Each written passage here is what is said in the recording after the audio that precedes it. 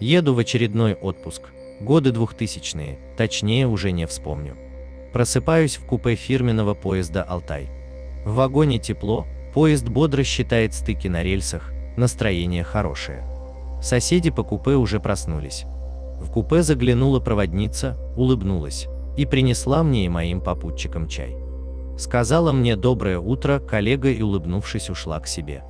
Я задумался, вспоминая вчерашний день, а вчерашний день был веселым. С утра в вагоне накрылось электрическое отопление. В вагоне стало прохладно. За бортом сибирская зима, по мере движения поезда плавно переходящая в зиму уральскую. Нас в купе трое, я прапорщик-отпускник и двое командированных инженеров. Под разговор, чаек и жареную курочку в остывающем вагоне мы перезнакомились, пообщались за жизнь, поговорили о погоде и видах на урожай. После обеда выпили по пивку. Так прошел день. В вагоне под вечер стало совсем прохладно. Я решил поговорить на эту тему с проводниками. Выяснил следующее. Электрический контур отопления вагона накрылся, а углем вагон по какой-то причине не обеспечен. Причем не обеспечен весь поезд. Все, что смог сделать начальник поезда с поездным электромехаником, это обеспечить работу котла на минимальных параметрах, чтобы вагон не разморозить. Мы с моими соседями по купе осознали перспективу ночевки в холодном купе, решили срочно раздобыть водочки. Сходили до вагона ресторана, взяли пару бутылок замечательной водки. Ну и скромно посидели, закусывая колбаской и остатками курочки. По мере убывания уровня водки в бутылке, разговоры в нашем купе становились задушевнее.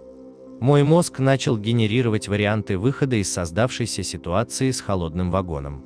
Сначала я вспомнил, что я все-таки целый прапорщик, и что я служу не в каких-то там мотострелковых или танковых войсках, а в настоящих спецвойсках железнодорожных.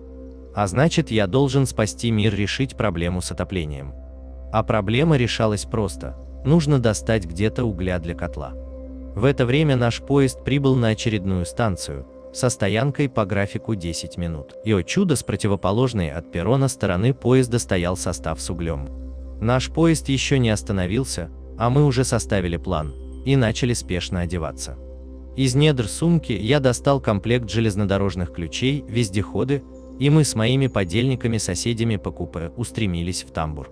Товарищей своих я проинструктировал по технике безопасности, рассказал им про контактную сеть, сколько в ней вольт, и сразу предупредил, что на вагон с углем я лезу один. Поезд в это время остановился на станции, проводница открыла дверь вагона и вышла на перрон. Я попросил у второй проводницы ведро. Проводница мне его сразу выдала. Далее я открыл своим ключом вторую дверь тамбура, мы выскочили на насыпь. Я залез на полувагон с углем по приваренным к нему скобам. И, помня про опасность электротравмы от контактной сети, начал скидывать куски угля вниз, стараясь не приподниматься над вагоном. Мои товарищи закидывали уголь в ведро и таскали в тамбур нашего вагона. Прибежала вторая проводница, попросила прекратить нарушать все подряд, и, посмотрев на кучку угля в тамбуре, сказала, что угля нам уже хватит. Я спустился с угольного вагона, заскочил в свой. Через несколько минут поезд тронулся, и к нам пришла проводница, поблагодарила нас за уголь и поинтересовалась, откуда у меня железнодорожные ключи. Мой рассказ про мою службу в славных железнодорожных войсках ее не растрогал, и она меня настоятельно попросила отдать ей ключи до окончания поездки. Мы с попутчиками еще посидели часик, допили бутылочку. Пассажиры легли спать, стало тихо, в вагоне потихоньку теплело. С чувством выполненного долга, под стук колес я заснул. Граждане, никогда не лазьте на вагоны на действующий ЖД. А если по какой-то причине лезете, помните про контактную сеть. Не надо думать, что провод далеко, 30 тысяч вольт могут дать дугу на метр, а может и более.